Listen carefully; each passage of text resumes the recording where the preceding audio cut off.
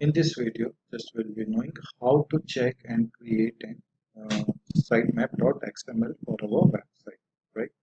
So just will be moving to a site, and here we can see this is a website called marketer.com. So for checking it whether they have submitted their sitemap XML in their website or not. So simply after this one, after the domain name and the website name, just you type sitemap.xml, right, and press enter. So once you'll enter this one, the sitemap.xml file, you'll be able to see over here. So as we can see, these are the XML file. So certainly this website, they have submitted their sitemap XML to the backend part of the server of their website.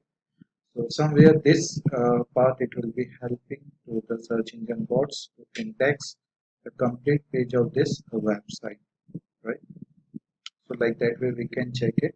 And if any website they have not implemented their sitemap XML in their backend part, so certainly the message will be getting 404 error, or the page can't be found, like that. So if that message is coming, so sitemap XML it has not been done for that website, right? So now how to create this sitemap.xml, right?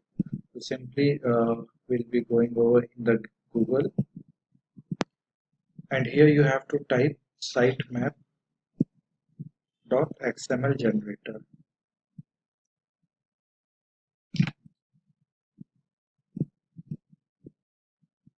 So this is a website. From here you can simply click on this one, and you can submit the website URL, and accordingly it will be creating sitemap XML. For example, for this website I want to create a sitemap XML, right? So just over here, just I'll be pasting the domain name of the website name, and simply I'll be clicking on start. So it will start scanning that website. So normally it takes a little time to scan all the pages and create the XML sheet for that one. So here this tool normally it will be scanning each and every URL and the pages of that particular website.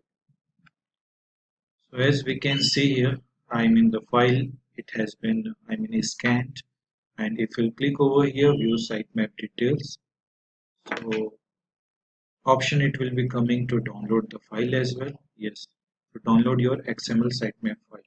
So once you click on download it, that file it will be downloaded into your system, and again that file you have to pass to the developer, and simply you have to tell them to upload it in the root folder of the server at the backend part of your website.